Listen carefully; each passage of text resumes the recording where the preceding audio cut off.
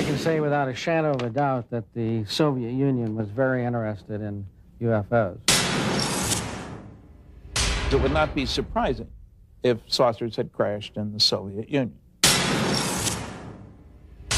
This is so far the best footage of an alleged crash UFO or a dead alien that I've seen so far.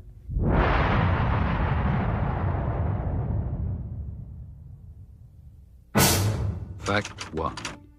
For over 5 decades, Western governments have been collecting information on UFOs in strict secrecy.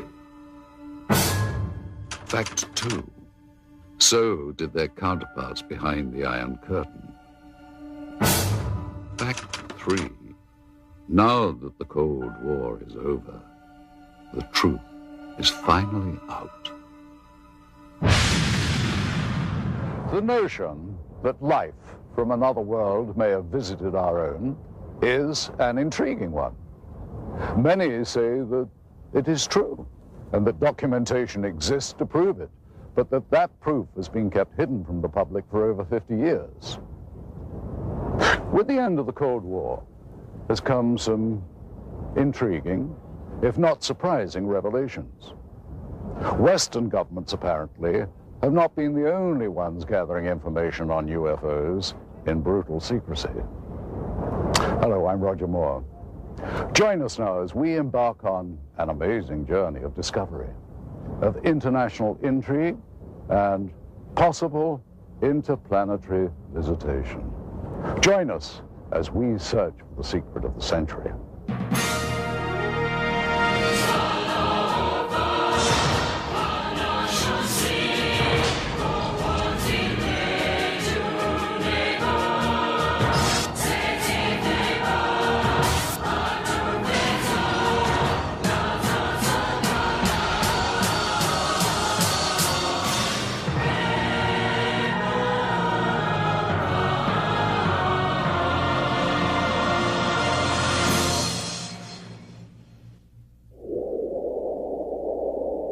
The vastness of Russia is overwhelming, even to those accustomed to the wide open spaces of America.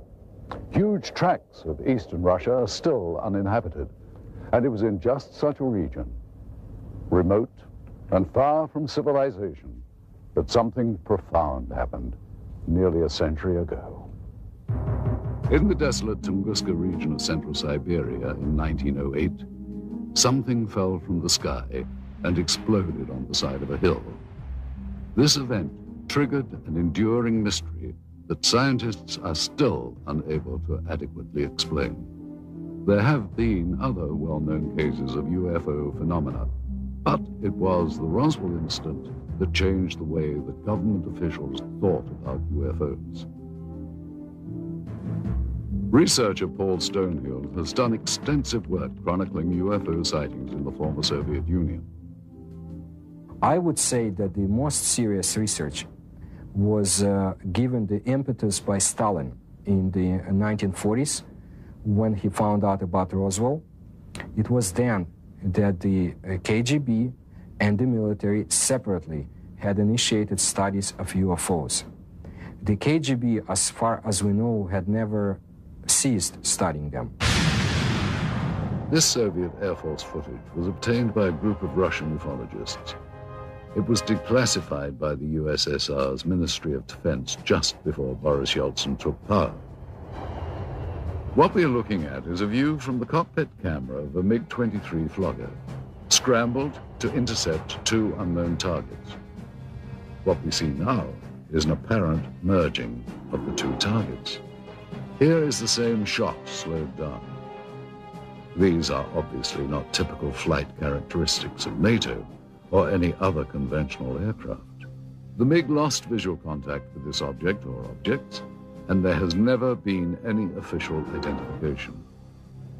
By attending international conferences and exchanging information over the internet, researchers on both sides of the former Iron Curtain have been able to increase the global understanding of anomalous phenomena. Richard Haynes has been to Russia many times and has worked with many of that country's researchers. Soon after the perestroika, the fall of communism, approximately 1990. I said to myself, I think this is the right time to initiate opening doors with the East, with people on the Eastern Bloc who are sitting on their own piles of data, but we don't know about it. Likewise, we're sitting on piles of data that they don't know about. And so I started corresponding with friends, and we formed this joint USA-CIS Aerial Phenomena Federation. And we're now serving a very positive role, which is information exchange. The next clip was shot from a MiG-25 Foxbat, and what we're about to see is actually an American F-16 Falcon about 200 meters away. What happens next is that a new object appears from behind the clouds. It was not identified. The new object suddenly descends and disappears into the clouds. Once again, here is the American plane at the same altitude as the MiG. And now here is the object as it appears behind the F-16. And here it emerges from behind the F-16, then goes down and enters the cloud bank. As with all accounts or potential evidence of UFO encounters, researchers attempt to authenticate and verify related facts as much as possible. In general, the more spectacular the report, the more important the verification. I was intelligence officer for the Soviet military for over 30 years. My son is a pilot in the Russian Air Force now. I can say for certain that there were numerous occasions where Air Force and Navy fighter planes intercepted what we thought were NATO aircraft, only to find that they were not airplanes as we know them, and not belonging to any nation on Earth. It's no secret we would send planes into their airspace. They would fly into our airspace. It's like a game, like a test, constantly trying to test the response of the other side.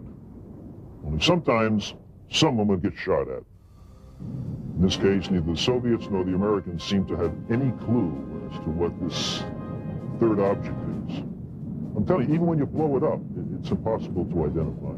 It appears to be about 4 or 5 meters across, moves with characteristics unlike any conventional plane. Now, in this final piece of footage, we will once again be looking at a cockpit camera view, this time from a MiG-21. The camera plane and 3 others were scrambled to intercept an unknown craft flying at very high speed, which is visible here as a large, cylindrical-shaped object. And as the Russian planes close in, the UFO suddenly picks up speed and disappears. Here it is once again. You'll notice the cylinder seems to be traveling at about the same speed as the MiGs until about here. And then it seems to increase its speed, which, according to pilots, must have reached at least Mach 3 in about 10 seconds. A lot of this footage was declassified after the Soviet military failed to identify the object seen here. This one shows an interception attempt by MiG pilots. There were many cylindrical object interceptions that were reported investigating. We were interested in the high-speed potential of these objects. The size of this one is estimated to be about twice the size of a MiG-21. With technology available to us and the Americans, it should not be able to move as fast as it does. Hey, this footage is still interesting because I don't think the Russians had any idea what they were dealing with here. Their fighters were at least as good as ours, and yet here is something that is completely beyond their capability to intercept. The acceleration rate of this thing is impossible for any aircraft that we know of. There was one tragic incident I know of occurring in the early 1970s, in which MiG-21s tried to shoot down an unknown craft flying over Western Russian airspace, which failed to respond to Soviet pilots. The pilots used standard intercept procedure to expel foreign planes out of Soviet airspace. When the craft did not respond, the pilots were ordered to lock on missiles. At that point, both jets were destroyed by some weapon not known to Soviet military. Both pilots perished. There was an effort within the Air Force to make it look as if the fighter planes collided, but investigators I knew personally at the time said it was not collision. They were shot down by something. The NSA intercepted a radio transmission that we were copied on. Apparently, the Russians lost a couple of MiG-21s or 23s. They were trying to intercept something unidentified. All I know is it wasn't one of ours. You know, our department received a number of stories like this involving the Soviet military and UFOs. One of the most intriguing stories we came across was first told in the new book, UFOs in the USSR, by Russian author Veniamin Grigorievich Vereshchagin. He recounts the crash of an... One of the balls began going rapidly down, and after that there was a loud sound of an explosion. Через несколько дней после этого происшествия In a few days, a Sverdlovsk paper published an article в которой говорилось о том, что взрыв, услышанный многими, which said that the explosion had taken place on the territory of a grain storage unit due to the carelessness of some workers. But the article also mentioned that the residents of this area had witnessed similar lights before that day. This is a copy of the Sverdlovsk newspaper from November the 29th, 1968. An article on the front page entitled Berezovsky Dreams, or What Was That?, gives the state-sanctioned account of what could have been the actual crash. Translated, the Russian copy reads, 5 glowing balls of light appeared over the horizon and started to move in the direction of the city. 4 of the objects moved in opposite directions, while the 5th began to rapidly lose altitude and soon completely disappeared behind the forest terrain. Several seconds after its disappearance, there was a deafening explosion. And in typical Soviet fashion, the paper cites the official statement. The blast had taken place at the grain storage unit number 27. The explosion was caused by one of the employees who had violated the safety code, resulting in a charge of negligence. He was sentenced to restitution of the material losses suffered by the state. What helps make the account in Vereshchagin's book so compelling is the existence of several reels of film which seem to back up the story. While rumors of such film first began circulating some years ago, it was not until Vereshchagin led us to the black market dealer in possession of these materials that we got our first look at what could be remarkable new evidence. If this film indeed corresponds with Vereshchagin's story, what we are looking at is the scene of the crash site in Berezovsky as viewed by a camera on top of a military truck. The focal point of this scene is here, and indeed appears to be a disc embedded in the ground. Here we see soldiers exiting the truck, led by a captain. The troops are met by another officer, this one a major, and then they join other soldiers and officers already on the scene. This footage is one of 4 reels of film acquired during our investigation. The 2 groups that have, without question, been exchanging information freely are the Russian and Western ufologists. It's with a sense of full cooperation that much of the formerly sensitive information has surfaced. At one end of the spectrum are simple UFO sightings, which are often accompanied by film or video footage. At the other end are accounts of actual contact with alien beings, for which most bona fide researchers retain a healthy dose of skepticism. Interestingly, many psychiatrists and psychologists have placed considerably more credence in stories of alien abduction than ufologists.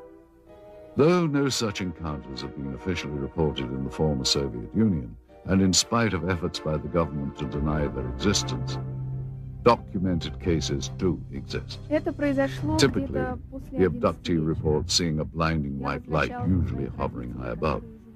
These abductees have reported under hypnosis that they feel compelled to approach the light, as if they are somehow being drawn towards it. Some have reported seeing doors to the crafts actually opening for them. As with their reaction to the light, they feel compelled to walk through. Most abductees abductees have not been able to describe the interiors of these crafts, other than recalling swirling mist and bright lights.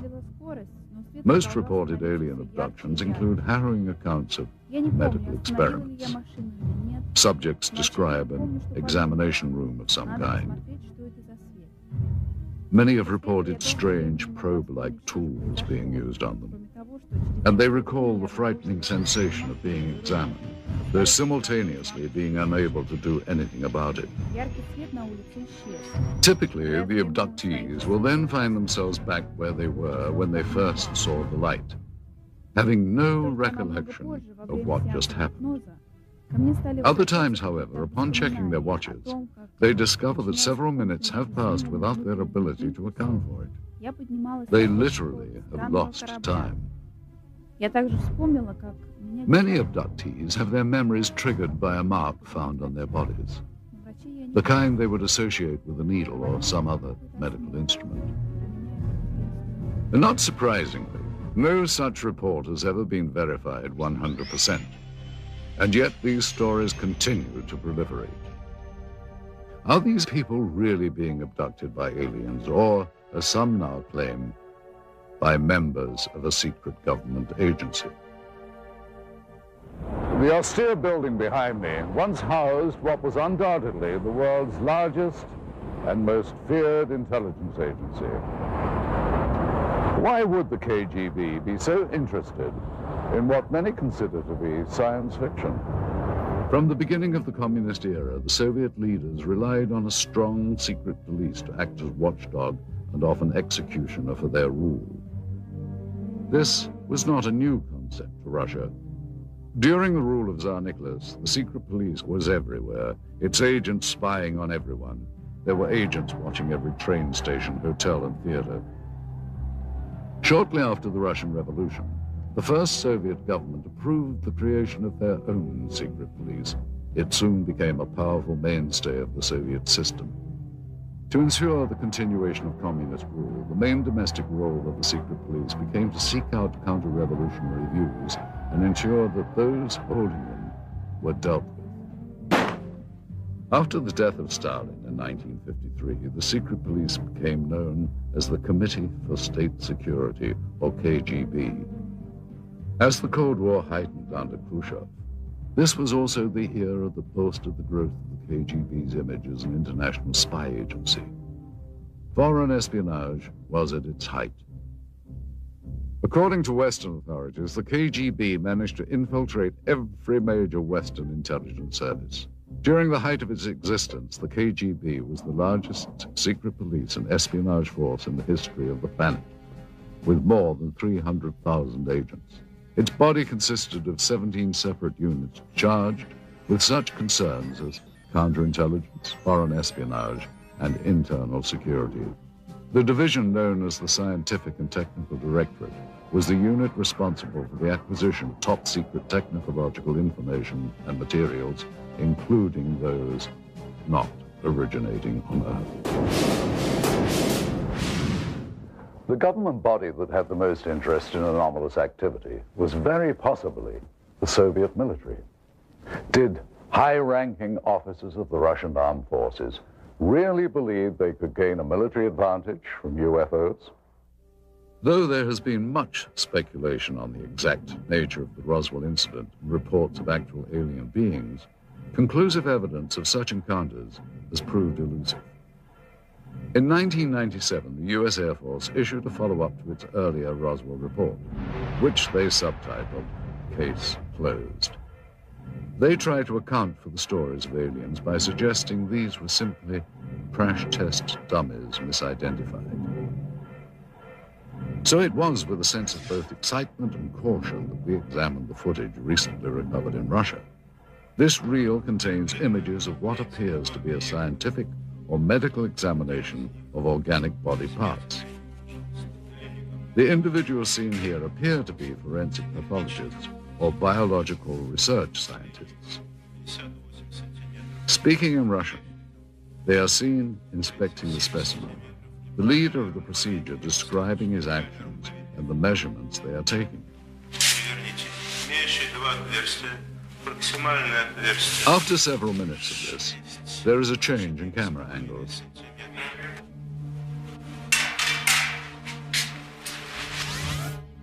Now we see the specimen being more extensively examined. Придерживайте инструмент.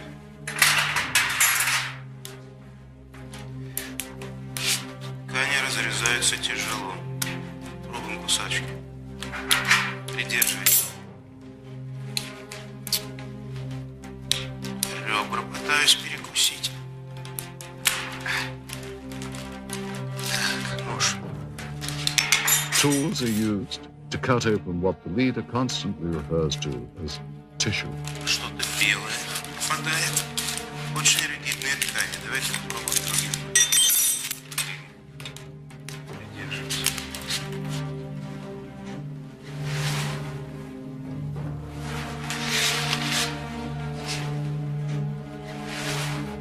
Вы не оцените вот этот вот лоскут.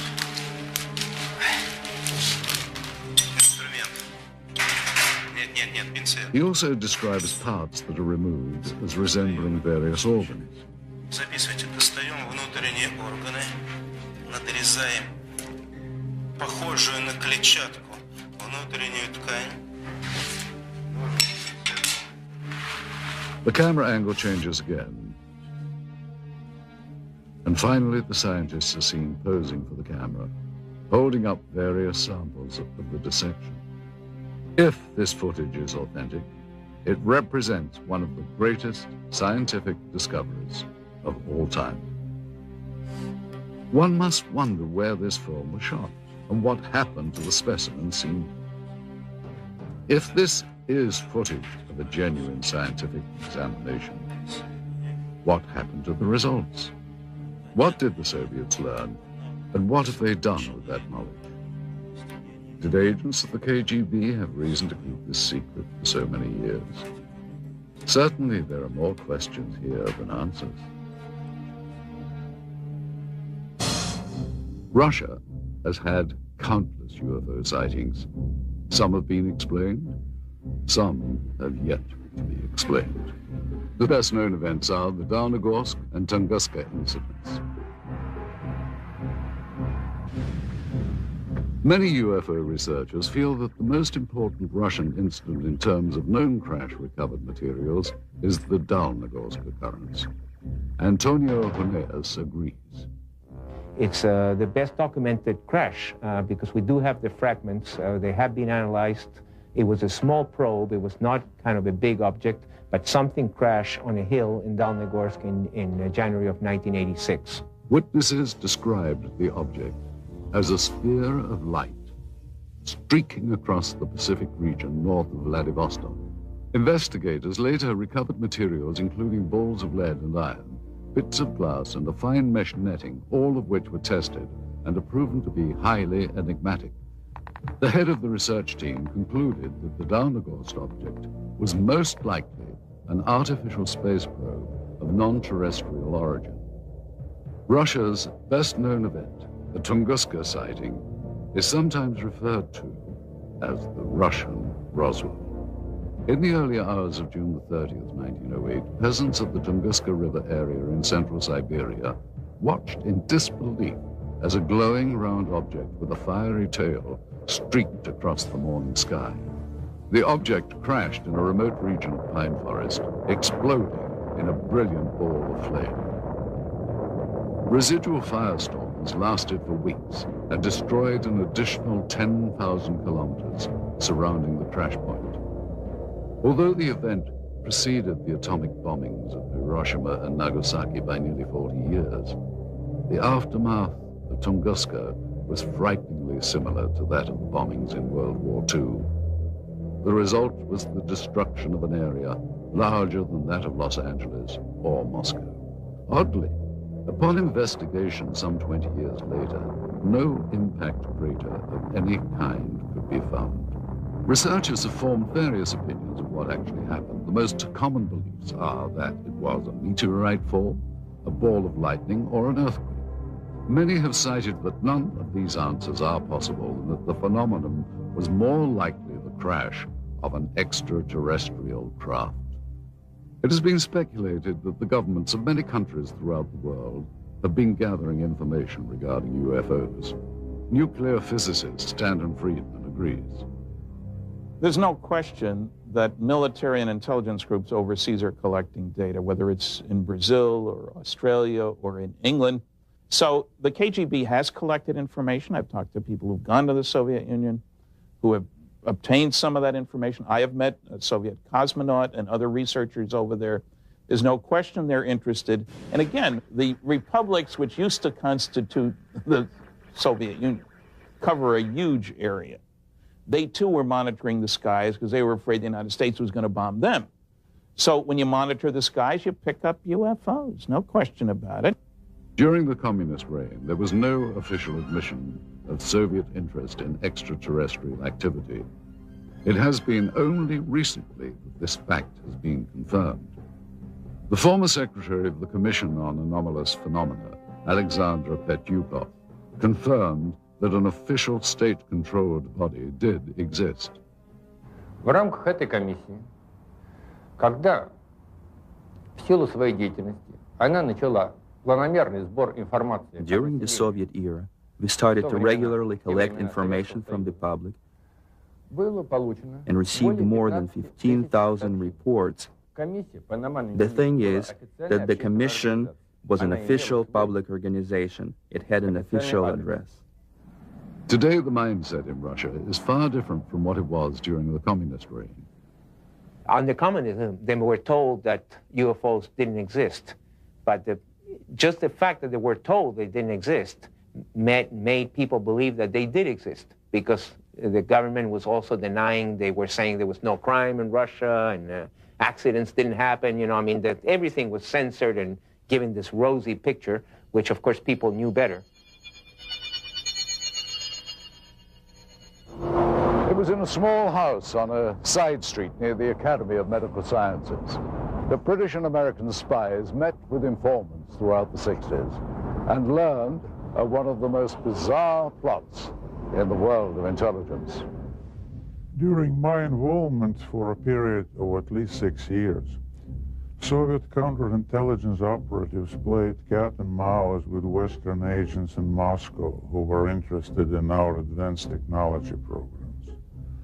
Some new weapons and propulsion systems were being developed, and the CIA was using any means to get information from anyone involved with the project. Well, I was in Moscow for a year and a half. I had 2 other agents and a guy from the British Secret Service. We routinely debriefed 2 Russian informants who worked for the Ministry of Defense. We would exchange hard currency for information on new military technology. Some of this technology was definitely related to UFOs. One way we often dealt with such incursions was to feed false information through double agents to give American and British bad leads. Well, we knew the Soviets were onto something after we started getting all kinds of smokescreen intelligence. That was a sure signal that they were hiding something. It was an indication that they had recovered something near Sverdlovsk. They were keeping it very secret. Senior research scientist Dr. Richard F. Haynes believes the Soviets had good reason to be interested in UFOs. It's my understanding that the Soviet military has had a continuing interest in UFO phenomena for very, very many years. And the reason being that their air traffic controllers, their radar sites, their military pilots had been reporting things, just as ours had, and they had no explanation for them. And so the first possible explanation would be that it's a foreign nation test or espionage or something like that of a military nature. And if you're in the military yourself, then you take that very seriously and you explore it. This film footage certainly seems to depict interest by Russian military personnel in the object that is seen sticking out of the ground. Soldiers, officers, and civilian-clothed agents are deployed around the site, and they appear to be both guarding and examining the object. This is what we found on one of the 4 reels of film obtained in Russia. After viewing the footage, we were able to determine that it was most likely shot with 2 separate cameras. One apparently a handheld camera, which starts out on the approaching truck, and a second one seen here on a tripod. As the soldiers march past, you can see the cameraman turn to follow the troops. Here we cut to the other angle, the point of view from the tripod camera. And here you see the handheld camera as the truck pulls up. Both cameras change vantage points several times during the film, as if to get better views or perhaps under orders of a superior. From this angle, we see yet more troops arrive. Author Veniamin Vereshchagin describes the event. Весной же 1969 года рабочие местного совхоза In the spring of 1969, a collective farmer found some strange remains in the forest not far from Berezovsky и сообщил об этом, and reported that to the local security organs, те в свою очередь who in their turn обратились asked за the neighboring помощью military в division соседнюю of air военную defense часть troops, PVO, ПВО. to provide assistance with the 7 investigation. марта On два March офицера 1969, two KGB officers examined the discovery site and sealed it off. Вы знаете, в дальнейшем события приняли более такой масштабный характер. По просьбе КГБ были привлечены On the KGB request, a Soviet army unit was brought to the discovery site, и в результате уже очень тщательных обследований были найдены after close examination of the place. They found some wreckage debris of a disc-shaped object частично. partially sunken to the ground.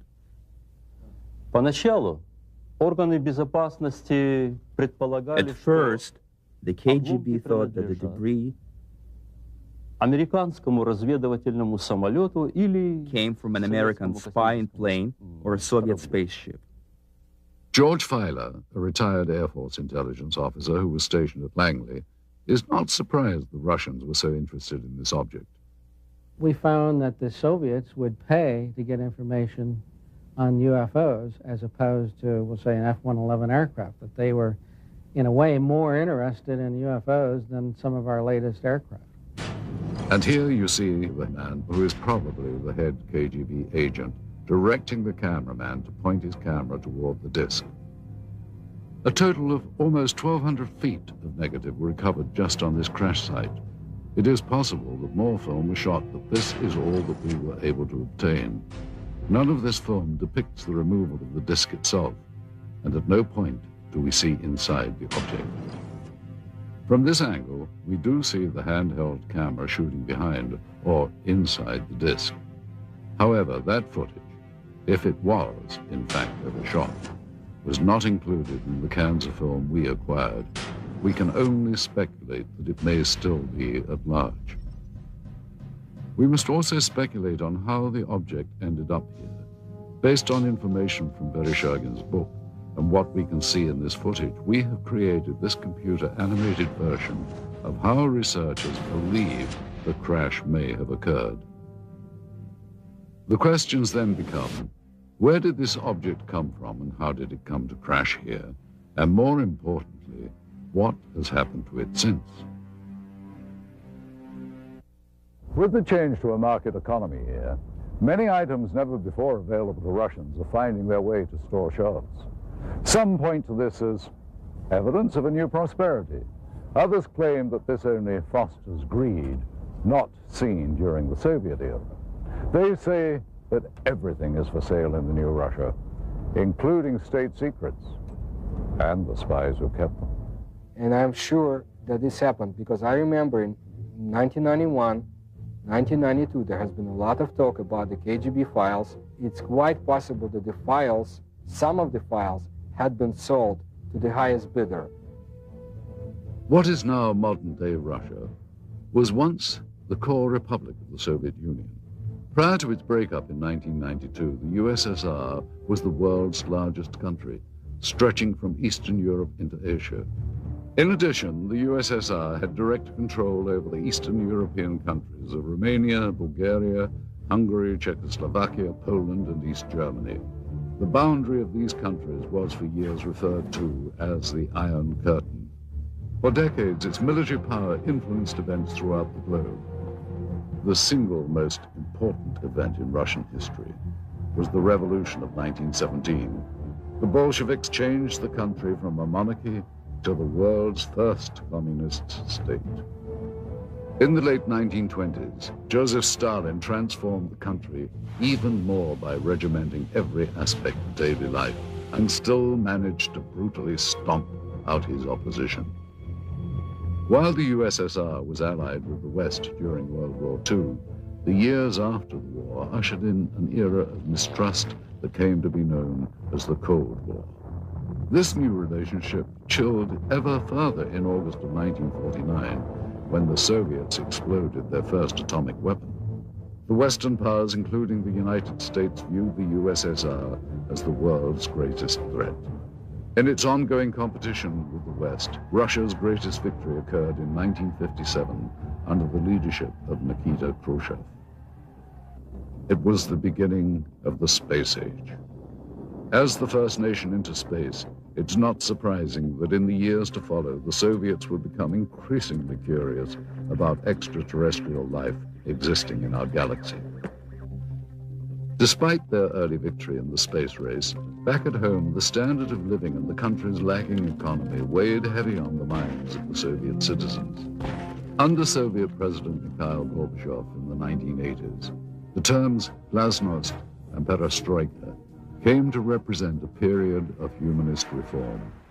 The first truly democratic elections in Russia's history occurred in 1991.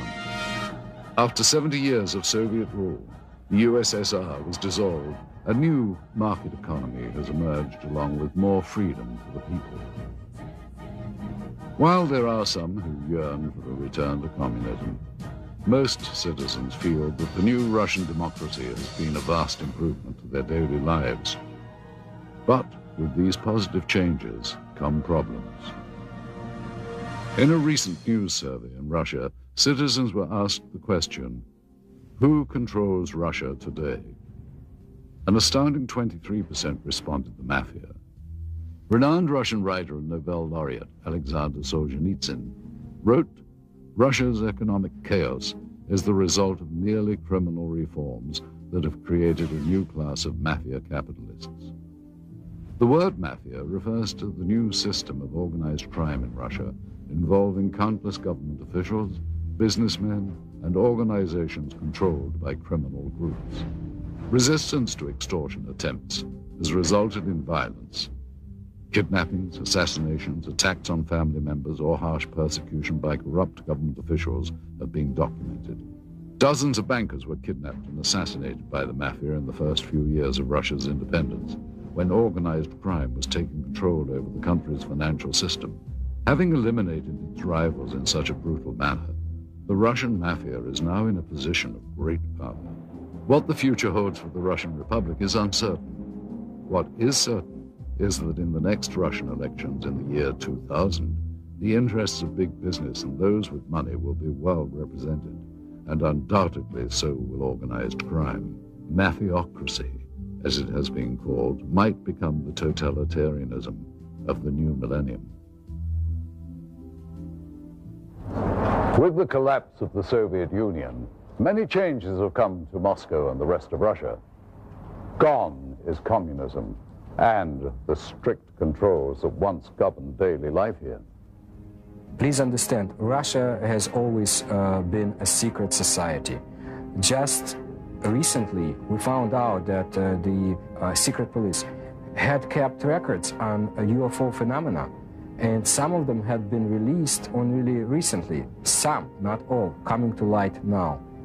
Case in point, the intriguing film footage we had acquired. Proof, some say, of alien visitation. Being that this material is of such sensational nature, we had many questions regarding its history. Little information was provided us by the black market dealer from whom the film was purchased.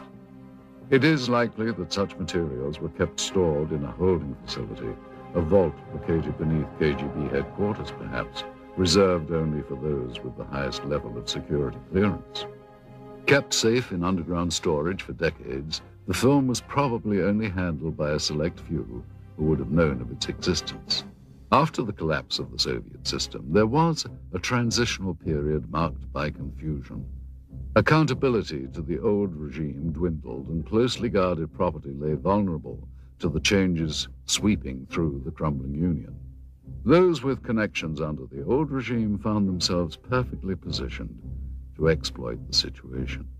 There was a lot of chaos when the Soviet Union, disintegrated.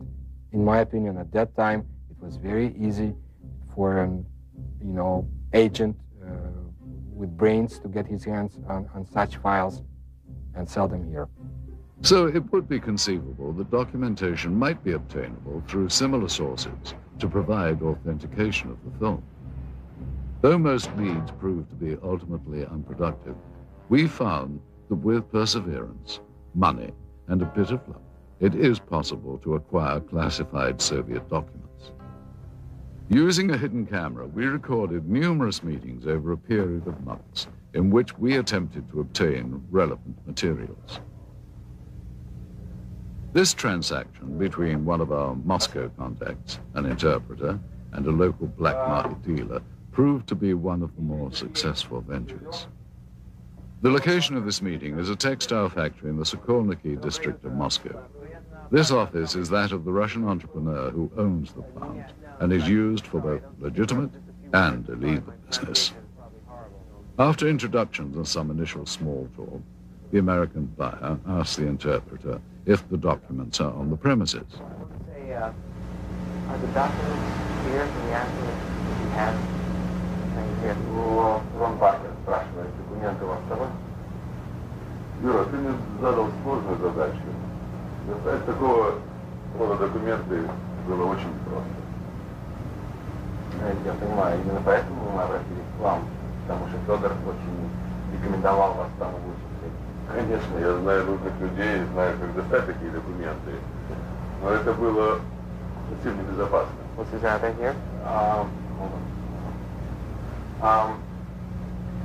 Мы ценим это очень, и именно поэтому мы обратились к вам. Хорошо, работаем. The businessman tells him that he has had difficulty in obtaining the documents and the price has gone up. He is told that it is impossible to come up with any additional money. Да, мы договаривались, ты должен понять, что достать такого рода документацию это совсем небезопасно. Не, я понимаю, we only have 10,000. Да, у нас только 10 тысяч, понимаете, в этой сумке сейчас 10 тысяч. Но мы договаривались с вами первоначально. Да, мы договаривались, но... I mean, I can't go out and... Это очень сложно, нет, я это понимаю. Я понимаю, я отлично понимаю, но вы понимаете, здесь вот в данный момент находится только 10 тысяч. Мы не можем сейчас найти где-то еще вдруг там еще 5 тысяч. After consultation with his associate, the seller finally agrees to honor the original price.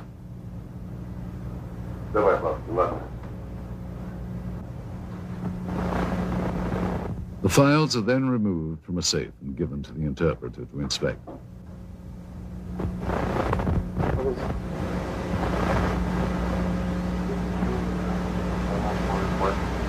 This is KGB? Yes. Yeah, this is KGB. This is some report about accident in Sverdlov. Does this look... Do you think this is... Он просто хочет убедиться, что документы подлинные. Конечно, official KGB. After inspection of the documents and a cursory verification of their authenticity, the transaction is completed. Okay, well, we should pay Mr. Chevalier and... Money changes hands, and what was once property of the state now becomes much sought-after evidence for UFO researchers. What made this transaction so successful was that among the pile of documents acquired, several were extremely enlightening, including a top-secret KGB report on Operation Sverdlovsk Midget and a request for military assistance from the Soviet Ministry of Defense. While the ability of Western governments to keep secrets is hotly debated, one thing seems certain. Behind the Iron Curtain, secrecy was standard operating procedure.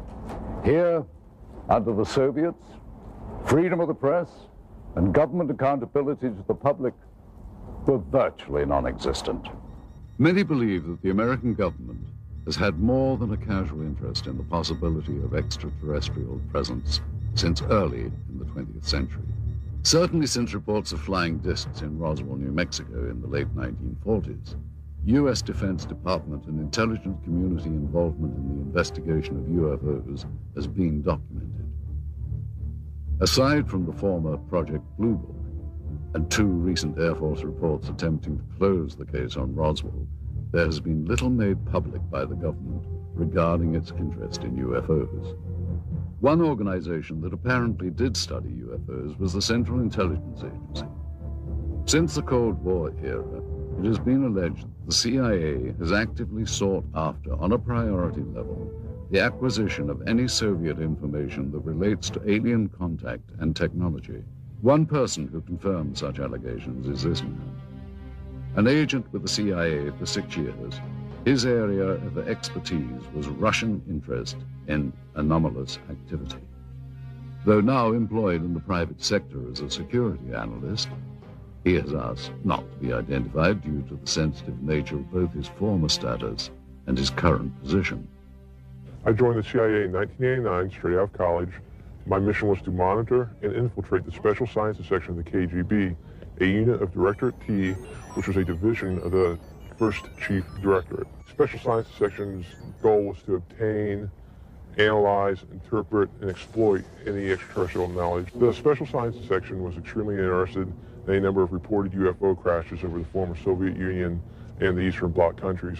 From the intelligence that our unit was able to obtain, they had recovered at least one portion of a former crash site over the Soviet Union. This former agent was able to confirm interest not only in the 1968 crash near Berezovsky, but in other Soviet attempts to recover UFO documentation and technology. Ever since Stalin had been in control of the Soviet Union, especially in the post-World War II years, he was determined that if there were any technological gains to be made from extraterrestrial technology, that the Soviet Union would be the sole possessor and sole beneficiary of those technologies. Due to the change of power in the former Soviet Union, many believe that much of the formerly unattainable information from the Cold War era may now be in the hands of the U.S. and British intelligence agencies. Since the early days of the space race, the U.S. and Russia made many independent breakthroughs. However, some of the new discoveries on both sides were undoubtedly obtained through old-fashioned spying and subsequent reverse engineering. Since the dawn of modern civilization, obtaining a rival's technology and adapting it to one's own uses have been the cornerstones of military and industrial espionage. This practice of dismantling another's hardware, discovering its secrets, and adapting it has become known as reverse engineering. Since the infamous Roswell incident in 1947, it has been purported that the source of much modern U.S. military technology has been not from this earth.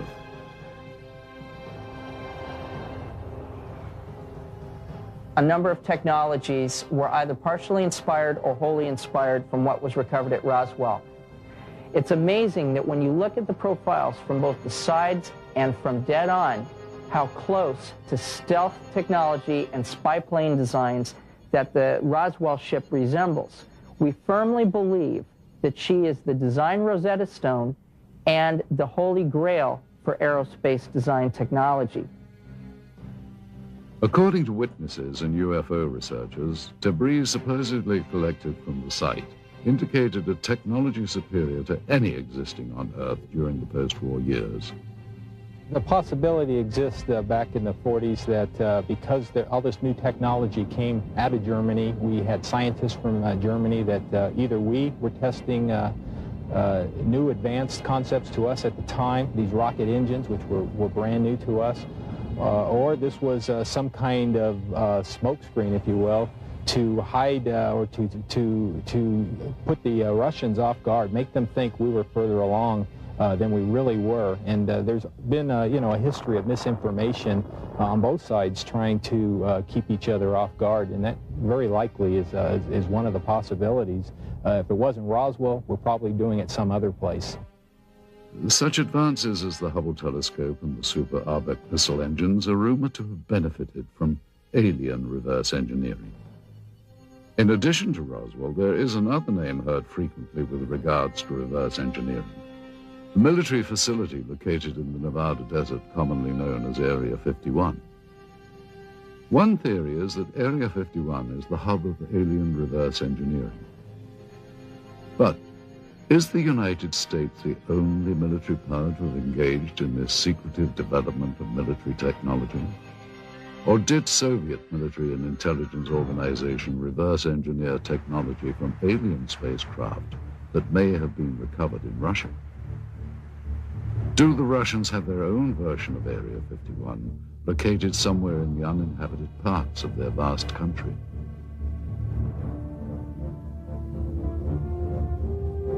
Did the KGB, in addition to their agenda of maintaining the hard and fast rules of the communist regime, add to their duties the manipulation of alien technology for the advancement of Soviet power?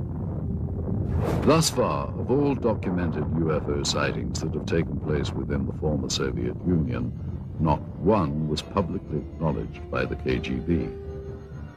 While reverse engineering remains a common practice throughout the world, not only in the military, but industry as well, the question as to whether or not it has ever been used to obtain alien technology remains unanswered. If the Russians had in fact recovered an extraterrestrial vehicle, as they seem to be doing in this footage, they no doubt would have wanted to benefit from its technology. We invited ufologist Stanton Friedman to view the recovered footage and to give us his input. It would not be surprising if saucers had crashed in the Soviet Union. And if somebody had monitored this on radar or from whenever, satellites, we had satellites, they had satellites at that time, or just a report from a local person. And the kicker is, the fact that you get troops out there and a cameraman doesn't necessarily mean it's a flying saucer. We need to be a little cautious about jumping to conclusions. Now, I think that film is worth a detailed investigation. Those things cost a lot of money, actually, to go over it. You have different specialists looking at it. You know, are the uniforms correct for the time frame? Is the film actually made in the Soviet Union? We asked Russian film expert Sergei Goncharov to examine the film for its authenticity. He first explained the background of the film cans. And this is the name of the factory that manufactures the motion picture film in the city of Pereslavl. This is the type of film type A2, which is the emulsion. After Sergei examined the cans, he felt that they were authentic and consistent with the area and time period from which they had allegedly come. Now that we've looked at the cans, the next thing to do was to actually find out if the film itself had any markings on it. Okay, in the very beginning of the film, we have this word, which in Russian says начало, or the beginning, or the start. Now, the next bit of information are these two items. M-A-R-T, Mart, which is the month of March, 1969, letter G for year. So the year of 1969, the month of March. Okay, then we have the two bits of information which says plyonka number 267. Plyonka in Russian means emulsion or film, could denote the reel, the roll, or a batch, and this, of course, is the number. The next thing we see is this bit of information. Совершенно секретно, top secret archive of the KGB logo and the word archive of the KGB. Finally, Sergei Goncharov compared the markings on the film itself to what was printed on the cans. As you notice right here on the edge of the negative, we have the word безопасная пленка, meaning safety film, and cheap A2 or type A2, which is exactly the information that you have on a can. Next, we showed the film to Russian researcher Paul Stonehill. The colors of the film, the quality, soldier uniforms. Somebody would have to go into special, to make a special effort to make a film that feels like something that was made in 1960s. I've seen a lot of films made in the 1960s, and this film here is almost of the same quality. It's not a 1980s or 1990s film.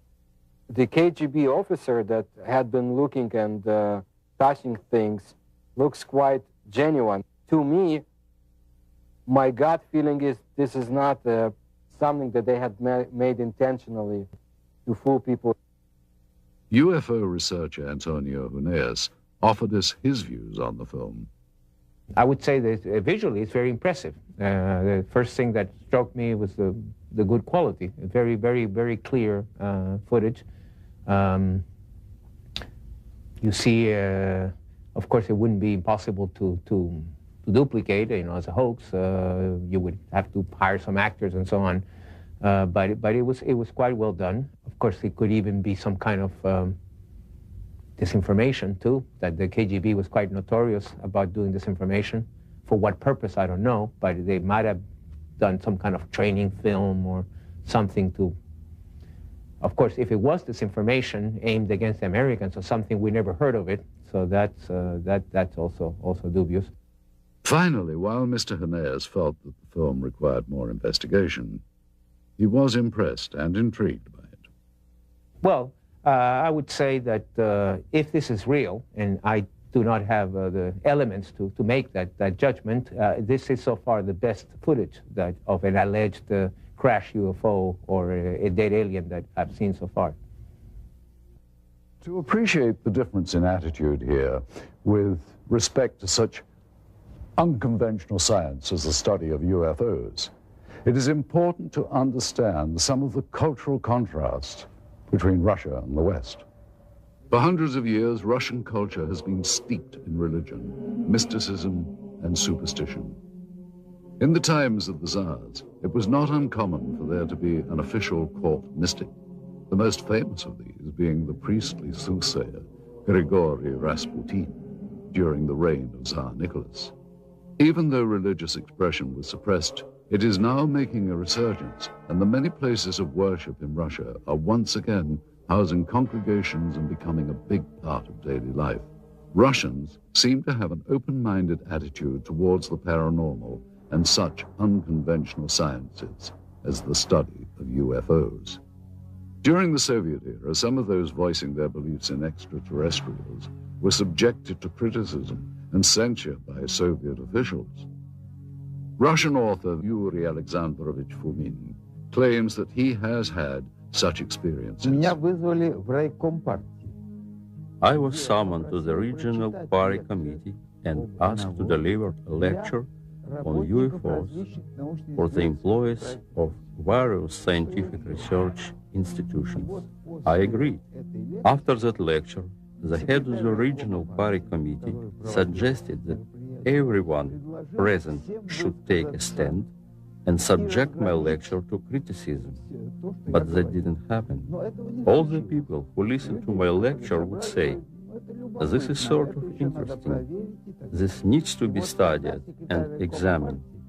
And then the head of the party committee said, "You're here to express your agreement with the official reaction to this kind of lectures. And you instead are trying to make sense out of the facts."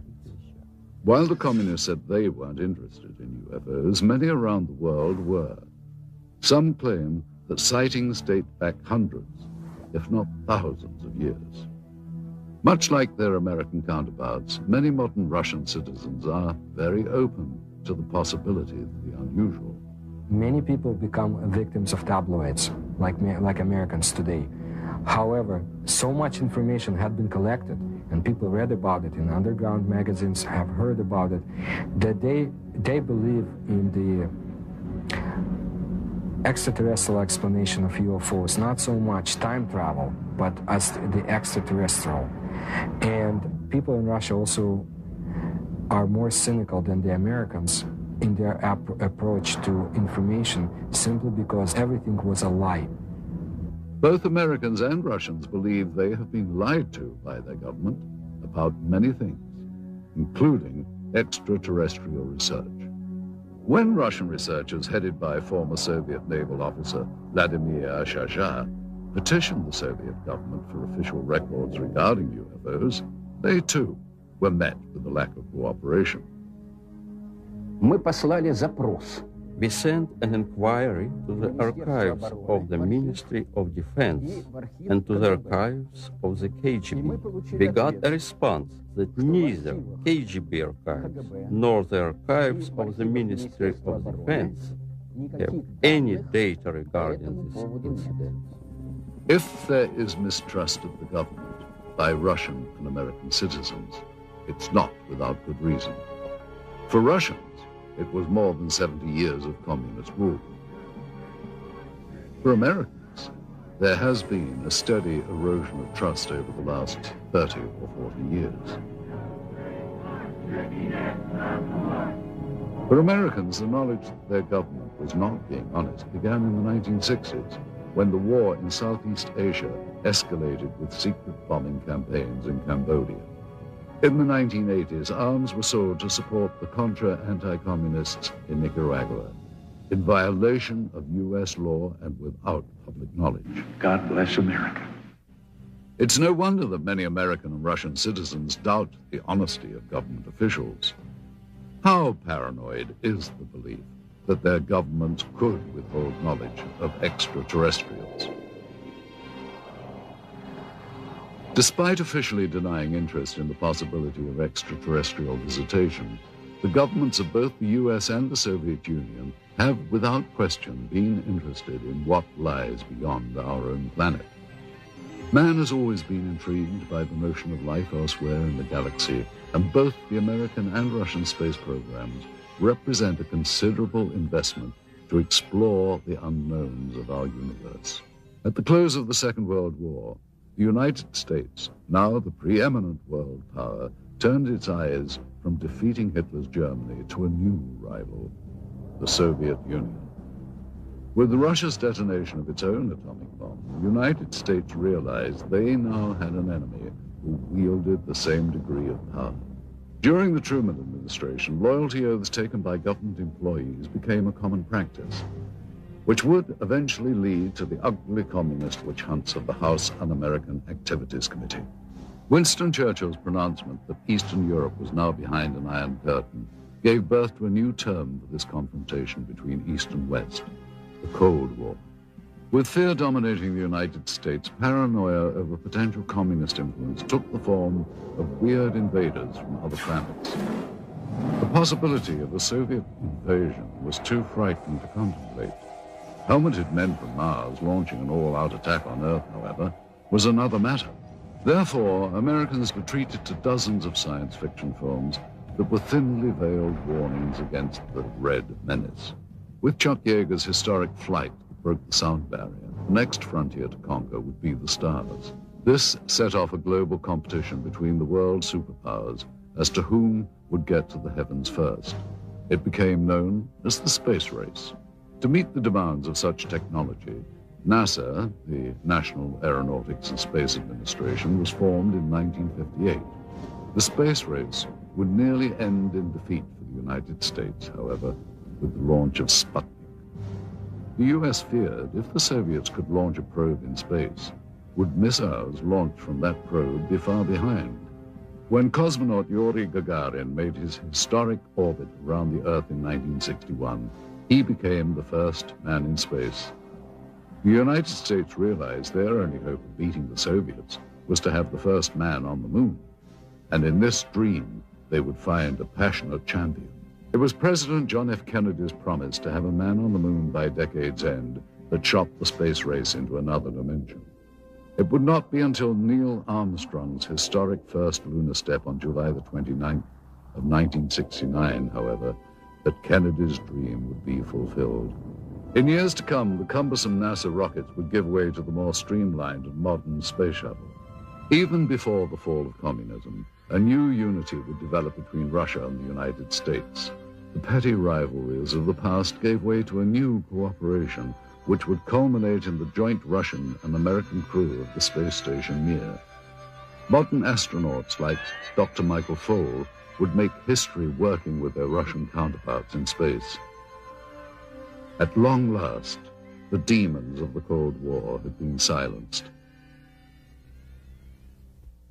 The first human beings in space were Soviet. Were the Russians also among the first to encounter beings not from this Earth? This footage, which seems to depict Russian pathologists dissecting what appears to be a non-human life form, requires further analysis.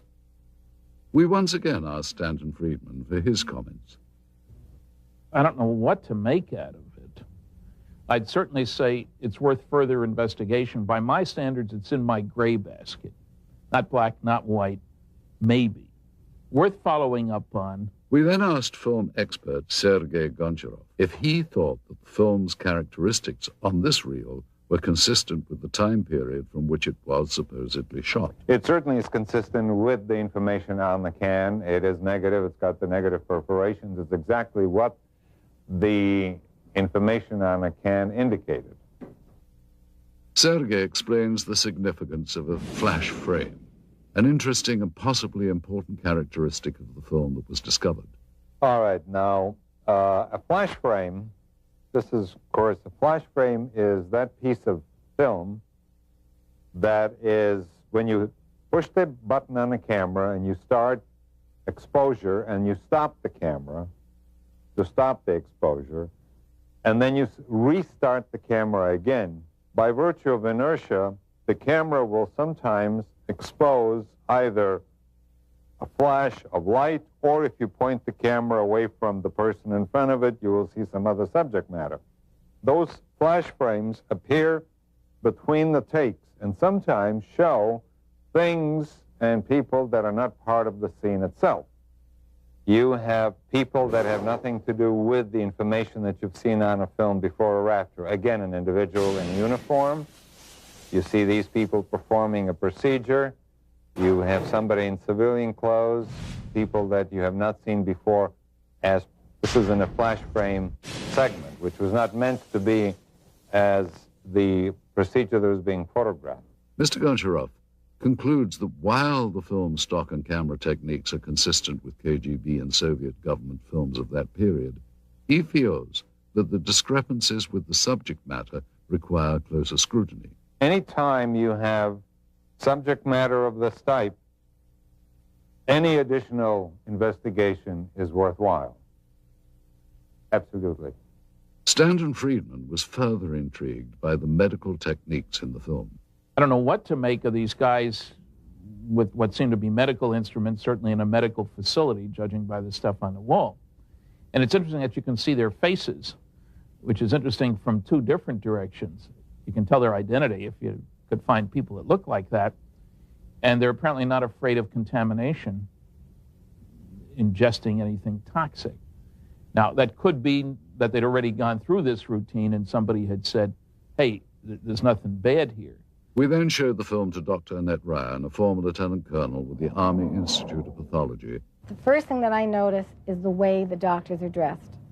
They're dressed in these pristine white lab coats, and I think it would be more common for them to be dressed in scrubs or even butcher aprons, unless, of course, they know that they're being filmed and they want to look good.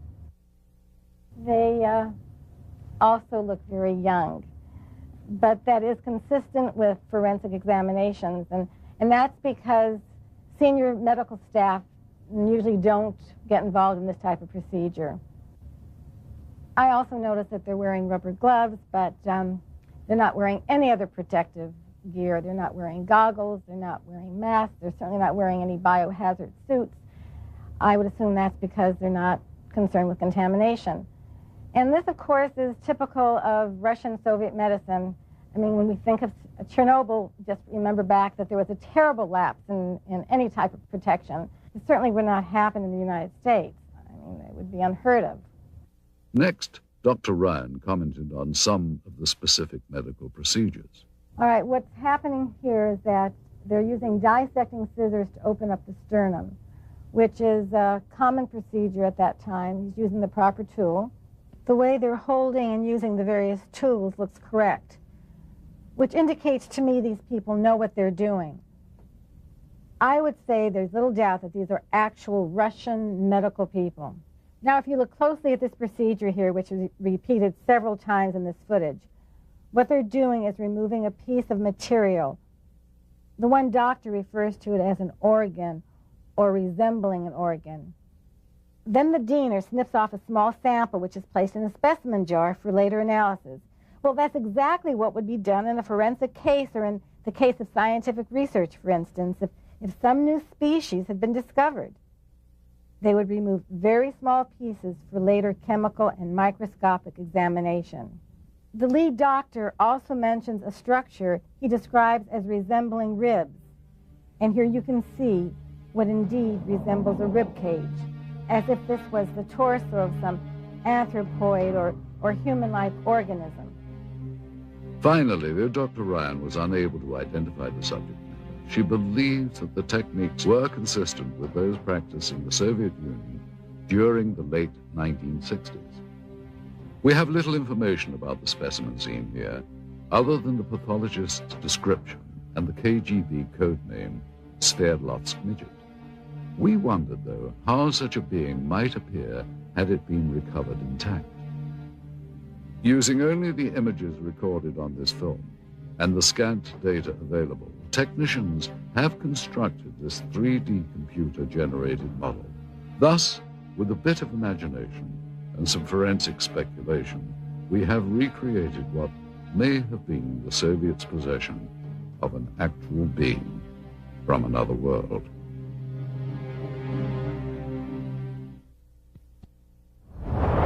Information leaked from intelligence sources in the West indicated a belief that the Soviets were actually attempting to reverse engineer something not manufactured on this Earth. Whether we'll ever know the full truth about the supposed UFO crash in Berezovsky, one thing seems certain. If agents of the KGB or any other branch of the Soviet government did recover parts of a craft made by alien beings, they would have been extremely interested in examining all the materials very closely. No doubt Soviet scientists would have wanted to determine if the parts of the craft were truly of extraterrestrial origin. They would have inspected each piece down to the microscopic level and tested for various physical and chemical properties. And of course, they would have wanted to take advantage of any new technology they could gain from the recovered materials. We are unable to solve the puzzle of their physics. Our physics is based on quantum mechanics. Theirs is based on parallel worlds, a different kind of paradigm, a different understanding of history. It is similar to the effect of a TV set or a video camera would produce on people in the time when Pythagoras lived. Pythagoras would not understand it. That is the gap between them and us. That's why, however hard our engineers or technicians would try to decode their technologies, they would fail.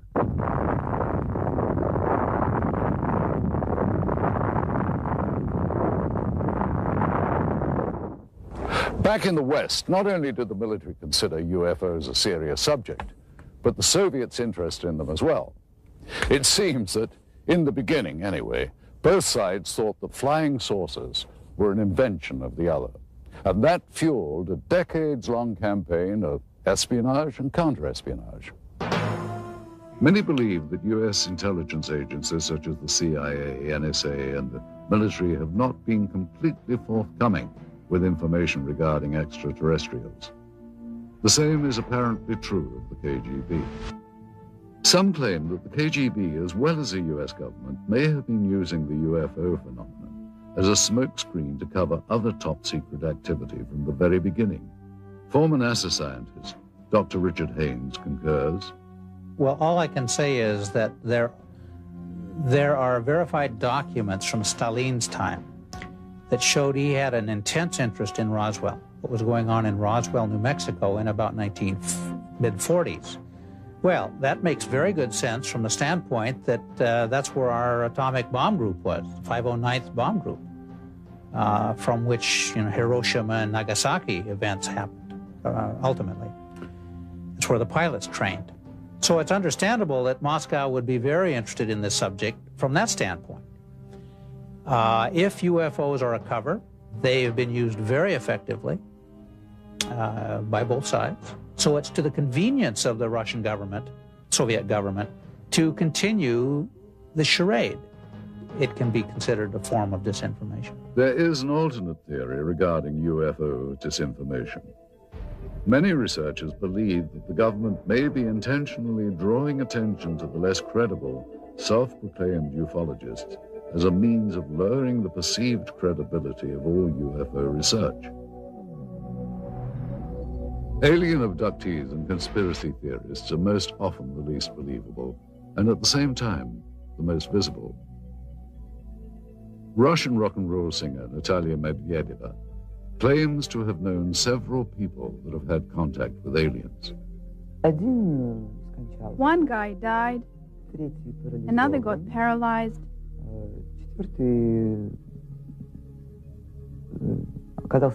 third one became a heroin addict and could not overcome it.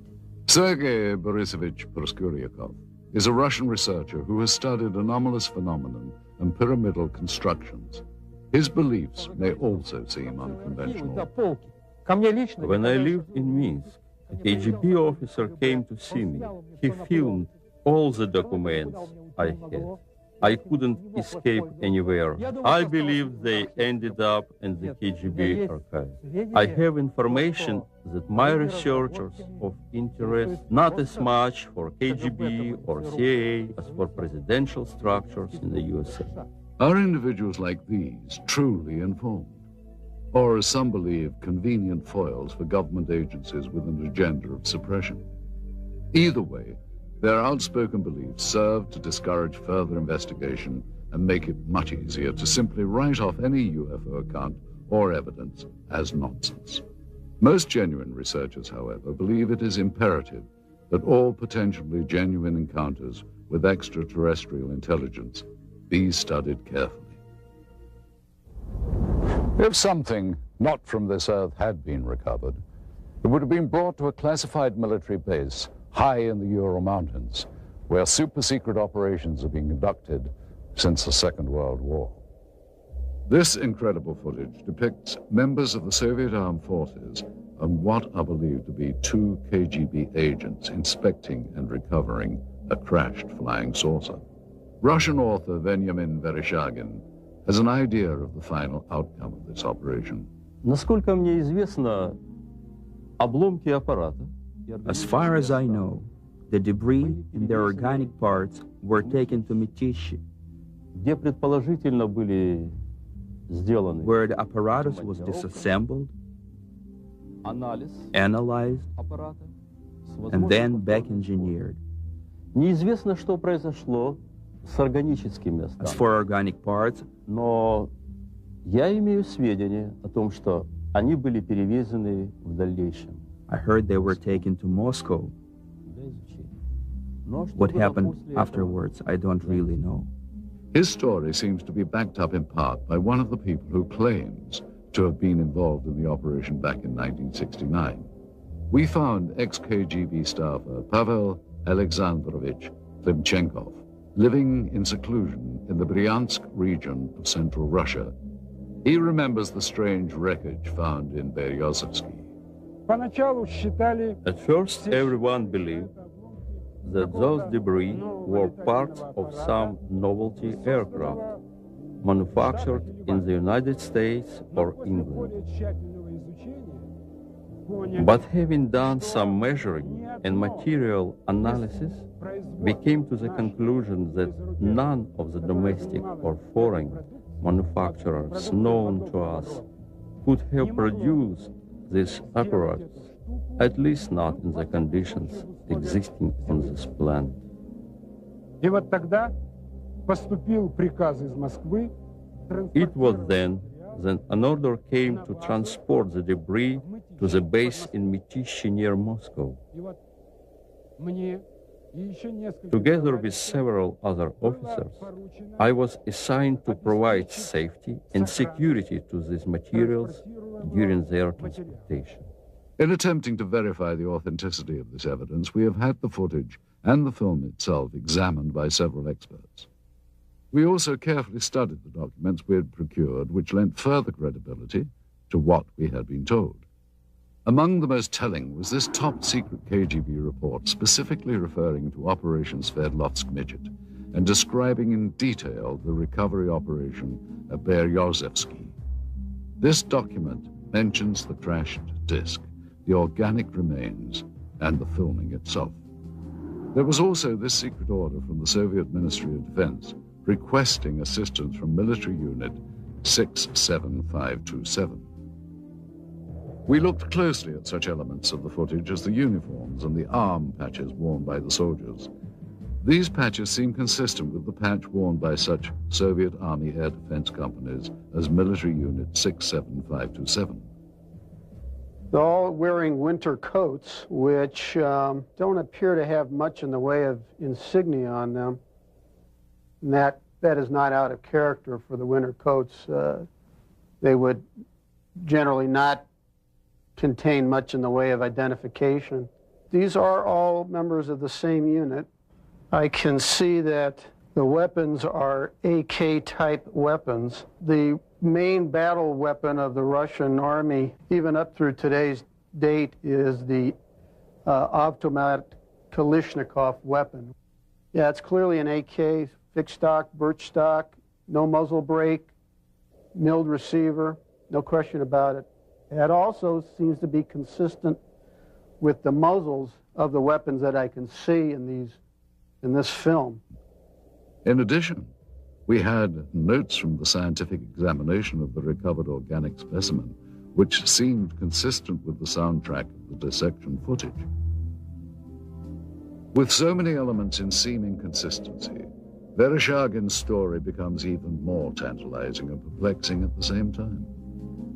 Is it possible the Russians actually recovered an alien craft and its occupant 3 decades ago? If members of the Soviet Army had knowledge of a supposed UFO crash, then what happened to these individuals? And if they can't be found today, why not? In the course of our investigation, our goal was to follow every lead, to search for every scrap of information regarding the incident so named Operation Sverdlovsk Midget. The tenuous paper trail we have reconstructed using recovered government documents led us eventually to a lab of the former All-Union Scientific Research Institute of Biology. In attempting to obtain records on the individuals depicted in the dissection footage, we turned up these additional documents. 3 death certificates, all dated March the 24th, 1969, within a week after records indicate the examination was performed. Cause of death for all 3, cerebral hemorrhage. Dr. Ryan told us that the odds of this occurring naturally are next to 0. The former state-run institute is now a private teaching center known as the Moscow Medical Institute. That this is the same facility as seen in the film footage becomes obvious with a comparison of such fixtures as the stonework tables and the distinctive tiling on the floors. The difference is that one-time experimental procedures have been replaced by routine anatomy lessons with plenty of hands-on experience. Secretive operations are now openly administered educational opportunities. But we did find in the basement of the building remnants of this facility's past, reminders of a time when procedures here were not open to the public or subject to public scrutiny.